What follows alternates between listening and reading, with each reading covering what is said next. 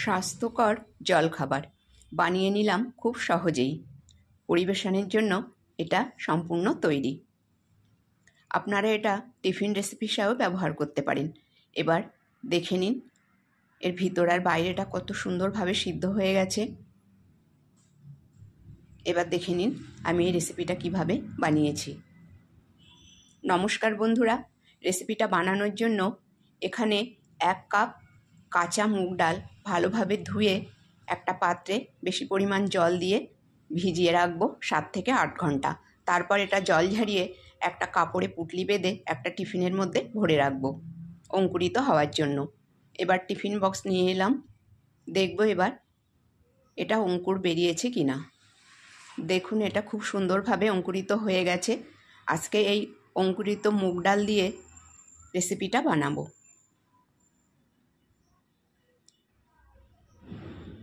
প্রথমে গ্যাসে একটা প্যান বসিয়ে দিয়ে দিচ্ছি 2 বাটি জল। এবার জলটা একটু গরম করে নেব। তারপর এর মধ্যে দিয়ে দেব 1 চামচ জিরে আর মৌরি দিয়ে একটু ফুটিয়ে নেব। এবার দিয়ে দিলাম 1/2 চামচ লবণ। এবার দিয়ে দিলাম 1/2 চামচ কাঁচা লঙ্কা কুচি। এবার এটা ভালোভাবে মিশিয়ে নেব। এটা থেকে যখন সুন্দর একটা গন্ধ বেরোবে তখন এর মধ্যে দিয়ে দেব 1 বাটি সুজি। 2 বাটি জলের জন্য 1 বাটি সুজি লাগবে। সুজিটা অল্প অল্প করে দেব আর এইভাবে মেশাতে থাকব।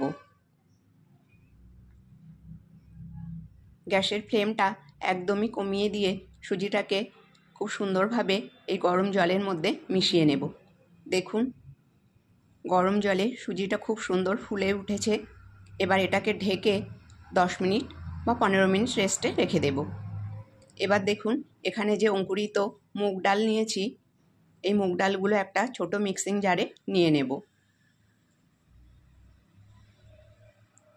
এবার এর মধ্যে দিয়ে দেব মৌরি, 1/2 চা চামচ মৌরি দিয়ে এর মধ্যে এবার দিয়ে দেব 2টো কাঁচা লঙ্কা আর 1 চা চামচ মতন কুচানো আদা দিয়ে এটা মিক্সিং জারে ভালো করে পিষে নিয়েছি। এবার এটাকে একটা পাত্রে ঢেলে নেব।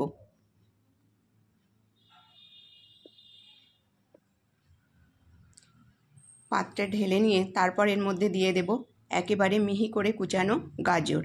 গাজর যদি আপনাদের কাছে না থাকে তাহলে নাও দিতে পারেন, তবে দিলে এটা যেহেতু হেলদি রেসিপি ভালো লাগবে খেতে আরও। এবার এর মধ্যে দিয়ে দিচ্ছি বিট নুন, জিরের গুঁড়ো আর এখানে একটা ভাজা মশলা আছে। এই ভাজা মশলার গুঁড়ো, জিরের গুঁড়ো আর বিট লবণ দিয়ে দিলাম। বিট লবণ দেওয়ার ফলে এটার টেস্টটা আরও বেশি হয়। এবার এটা সুন্দর করে মিশিয়ে নেব। দেখুন এটা মেশানো হয়ে গেছে। এবার এটাকে ঢেকে একটু সরিয়ে রেখে সুজিটা নিয়ে নেব। দেখুন এখানে সুজিটা নিয়ে নিয়েছি। এটা 10 মিনিটের বেশি হয়ে গেছে আর এটা একটু ঠান্ডাও হয়ে গেছে। এবার এর মধ্যে দিয়ে দেব 1 চামচ সাদা তেল। তেলটা দিয়ে এটা খুব সুন্দর করে মেখে নেব। এই তেল দেওয়ার ফলে হাতে এটা লেগে যাবে না বা চিটচিটে যে ভাবটা হয় সেটা হবে না। খুব ভালো করে এটা মেখে নিতে হবে। বেশ কিছু সময় ধরে চটকে চটকে এটাকে মেখে একটা ডোয়ে পরিণত করতে হবে। দেখুন মাখাটা হয়ে গেছে। এবার এখানে যে পুরটা বানিয়ে রেখেছিলাম সেই পুরটা নিয়ে নিলাম আর একটা প্লেটে একটু সাদা তেল নিয়ে নিচ্ছি। এবার একটা ব্রাশ নিয়ে নেব। তার আগে হাতে একটু তেল লাগিয়ে এটা আরও একটু চটকে নিলাম, নিয়ে এর থেকে ছোট ছোট লেচি করব। বন্ধুরা এটা কিভাবে বানাবেন আমি 2 রকমভাবে দেখিয়ে দিচ্ছি। এরকম ছোট ছোট লেচিও করতে পারেন কিংবা বড় বড় লেচি করতে পারেন। আমি এটা থেকে 2টো বড় সাইজে লেচি করছি। এইভাবে খুব সুন্দর করে বড় করে 2টো লেচি করে নেব। এবার এই কিচেন ক্যাবিনেটের উপরে একটু সাদা তেল ব্রাশ করে নিলাম। নিয়ে এর উপর বড় লেচিটা রেখে এবার এটা একটু বড় করে বেলে নেব।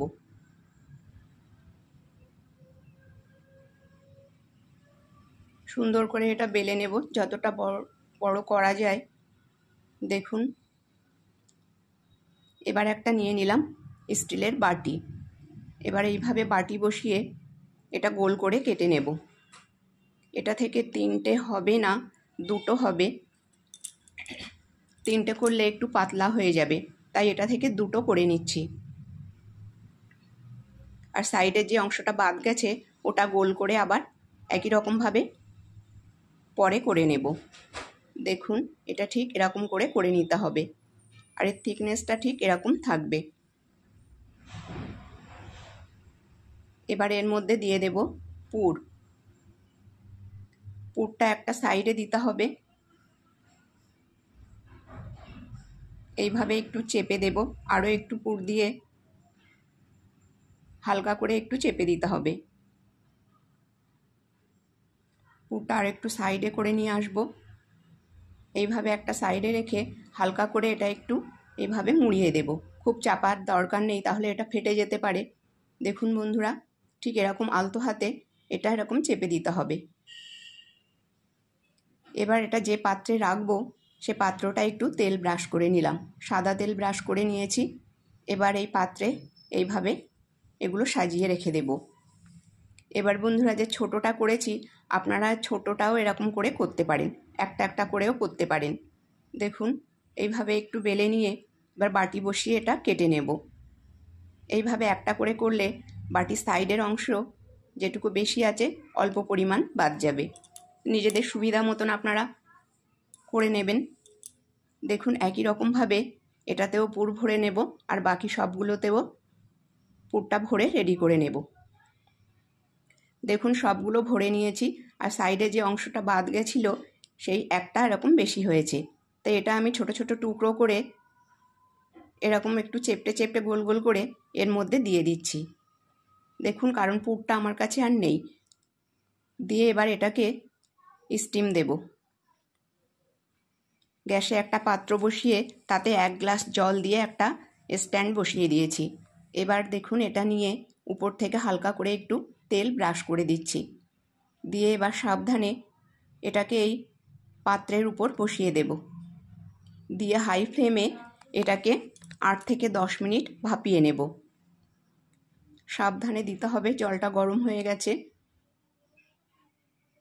এইভাবে বসিয়ে দিলাম।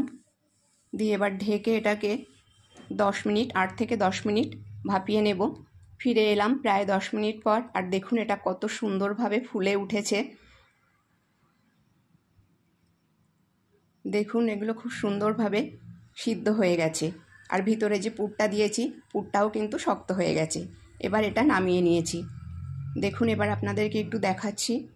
দেখুন, যেটা খালি করেছিলাম বেশি হয়েছিল। দেখুন, এটা তো কত পুরু আছে, তাও কত সুন্দরভাবে সিদ্ধ হয়ে গেছে। আর এটা থেকে এখন খুব সুন্দর গন্ধও বের হচ্ছে। আপনারা চাইলে বন্ধুরা এটাকে এইভাবে ধনেপাতার চাটনি অথবা টমেটো সস দিয়ে খেতে পারেন। দেখুন, এটা কত সুন্দর হয়েছে। এবার এটাকে টেস্টি করবার জন্য আমি এটাকে একটু ফ্রাই করব। তার জন্য গ্যাসে একটা প্যান বসিয়ে 1 চামচ সাদা তেল দিয়ে একটা শুকনো লঙ্কা ফোড়ন দিয়ে তার মধ্যে সাদা তিল দিলাম 1 চামচ, আর হাফ চামচ কালো সর্ষে দিয়ে একটা কারি পাতা পুরোটা দিয়ে দিলাম। এবার এর মধ্যে দিয়ে দিচ্ছি একটু হলুদ। দিয়ে এটা ভালোভাবে মিশিয়ে নেব। নিয়ে এবার একে একে এইগুলো সব এর মধ্যে দিয়ে দেব। দিয়ে এটা উল্টে পাল্টে ভালো করে এর মধ্যে মিশিয়ে নেব, যেন দুই পিঠই খুব সুন্দরভাবে হালকা ফ্রাই হয়ে যায়।